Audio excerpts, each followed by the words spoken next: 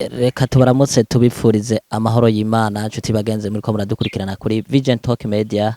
No musi n'umusi udasanzwe aho twakiriye umwe mu bakozi b'Imana basanzwe bamenyekana ku izina rya Fiston Mtumishi, aho yaje kutuganirira ivyerekeye igikorane ariko arategura, hamwe n'ivyo reka tumuhe kaze kugira ngo atwidondore acagira ko atubarire n'integuro asanzwe afise. Turaguhaye kaze. Murakoze cyane muri TV Vision Media. Turabashimiye cyane kubw'umwanya muduhaye twashobora kubashikiriza igikorwa dufise. Novuga yuko ndi president w'umugwi w'ikanguro ry'ubumwe, ni ministeri dufise iriko irakora mu karere ka Mugere, isanzwe ari umunsi y'uburongozi bwa Plein Evangile, aho umurongozi wacu yitwa Nitunga Gentile. Rero turafise ibikorwa tuko turategura, ni deuxième edition, teme ivuga ngo gucika umwana w'Imana. Turabisoma muri Yohana wa mbere igice ca mbere ku murongo wa 12 avuga ngo abamwakiriye bose yabaye ubasha gucika abana b'Imana. Sigura ngo twabiteguye mu ntumbero yuko umuntu wese yaremwe n'Imana, mugari umuntu yitwa umuntu w'Imana n'ubundi aza kwitwa umwana w'Imana. Rero umuntu yitwa umuntu w'Imana, umuntu yaremwe n'Imana, muga harakene kuba mu kindi kibanza cyo kwitwa umwana w'Imana. Novuga yuko ni gikorwa kizoba imisi 3, kizobera mu kibanza ca Plein Evangile, phase 4, umanukanye epfo kuri BCB, umanutse gatoya ni 100 metres, ushitse naho cubaza ati nyerekana hari ishengero ryitwa Plein Evangile cyo bari kwereka. Novuga yuko ico gikorwa kizotangura ku munsi wa gatanu itarike 14 igihe cy'isaha 9, ku munsi wa gatandatu itarike 15 dufise seminaire dasanzwe, seminaire y'abakozi b'Imana. Abantu benshi bamenye iyo tuvuze ngo abakozi b'Imana baca bibaza ngo n'umuntu abavuga ubutumwa. Twebwe ko ari ibintu by'ikanguro ry'ubumwe, tuzi ko umukozi w'Imana yaho umuririmbyi, yaho mu protocole, yaho umusenzi, yaho umuntu wese afise igisata cyose afise yitwa umukozi w'Imana. Iyo seminaire izotangura 2:30 ikazohera saa 9, hama igikorane ikazobandanya ku munsi w'Imana.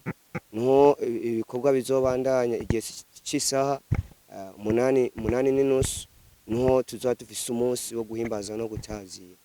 Hama tufise abakozi b'Imana badasanzwe, aho dufise umu apotre yitwa Israel, twagira no mu apotre yitwa Inosa, dufise no mu archidiaque yitwa Francine, tukongera tukagira n'umurimbyi adasanzwe nga mu karere yitwa Faustin Baraka. Novuga yuko ivyo nivyo bikorwa dufise. Turatumirira umuntu wese ushaka kwa muri ico kibanza, impumyi zizohumuka, abagwaye bose, abagwaye ingwara zitandukanye, niho tuzofata umwanya gusengera. Twabiteguye mu ntumbero yuko tubona mu karere nga ka Mugere harakene kugaragara ikanguro ku bantu bose, kuko abantu b'ijambo ry'Imana iko rivuga ngo mu Efeso igice ca 5 ku murongo wa 15, umurongo wa 14 na 15 bavuga ngo ikanguro wowe usinziriye uve mu itero, uve mu bapfuye, kuko Kristo arakumurikira. Bisigura ngo hari abantu basinziriye n'abandi bamaze kuva muri iryo tiro. Rero abantu bamaze kuva muri iryo tiro bategereza kugira no gukangura abandi bari muri iryo tiro. Natwe rero igihe Imana yaduhamagara twaravuye muri iryo tiro, tukeneye gukangura abandi bantu rero mu mahanga, mu gihugu cy'Uburundi, mu ntara zose. Murakoze cyane. Murakoze cyane, twizere ko abariko baradukurikirana bumvise ubutumire, hamwe n'ivyo tubibarize, twumvise ikanguro ry'ubumwe, twumva iki mu yandi majambo? Novuga yuko iyo tuvuze ikanguro ni gikorwa tuvuga yuko Imana yaduhaye, novuga nk'iyereko Imana yaduhaye yuko iyo tuvuze gukanguka nakivuze ni kugira ngo nta muntu ashobora gukangura abandi nawe atarakanguka. Sigura ngo igihe ugomba gukangura abandi nuko nawe manza gukangura. Sigura ngo igikanguro tugomba kuzana ni kanguro tugomba gukangura yaba papa, yaba mama, yaba misore, yaba umuntu wese. Novuga yuko kimeze uko. Urakoze cyane hamwe n'ivyo twizere ko nk'umwe mu barongozi mwatubwiye mwabwiye n'abariko baradukurikirana murababwira ibikorwa musanze mutegekanya hamwe n'ivyo ikanguro ry'ubumwe ni ministere canke isanzwe ari umugwi uhurikiye mu nsengero canke n'umugwi uhuriramwo abantu bose. Nuvuga yuko n'umugwi nuvuga uhuriramwo abantu bose mu mashengero atandukanye muga uri munsi y'uburongozi bwa Plein Evangile.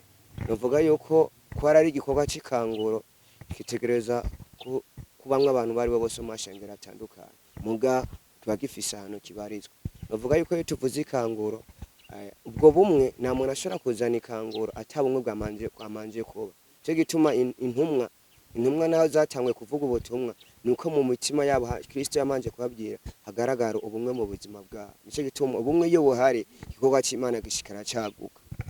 Murakoze cyane kubazoba bitavye uwo munsi muri ico gikorane nkuko mwatubwiye ni itarike 15, 16, 17 canke kubazoba bitabiye muri ico gikorane n'ikihe kintu mushobora kubizeza? Nuvuga yuko igikorwa kizotangura itarike 14 zibari kuwa gatanu na 16 ku munsi wa samedi na 15 ku munsi wa samedi na 16 ku munsi wa dimanche.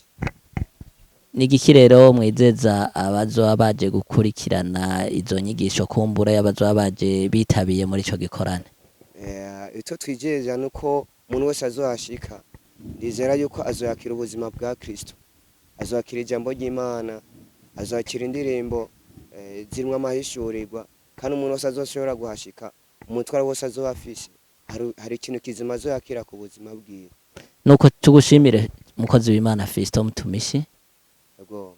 Tubashimire cyane tuti bagenzi musanzwe muri ko muradukurikirana kuri Vision Talk Media aha na hamwe twariko turavugana n'umukozi w'Imana karabatumira kandi twongera tubatera intege kugira ngo mushishikare gukurikirana ibiganiro vyacu nkuko musanzwe mubikora mugira na partage ndetse mugira na sabone kugira ngo bigenda neza ibikorwa vyacu mugende mubikurikirana mugende munabitsangiza n'abandi kugira ngo nabo bagende bahezagirwa bagende bamererwa neza nkuko dusanzwe turabakozi banyu. Rero tubashimire cyane tubifuriza amahoro y'Imana kugubwa neza amafaranga ndetse n'amagara meza bibe mu bugingo bwanyu. Murakoze.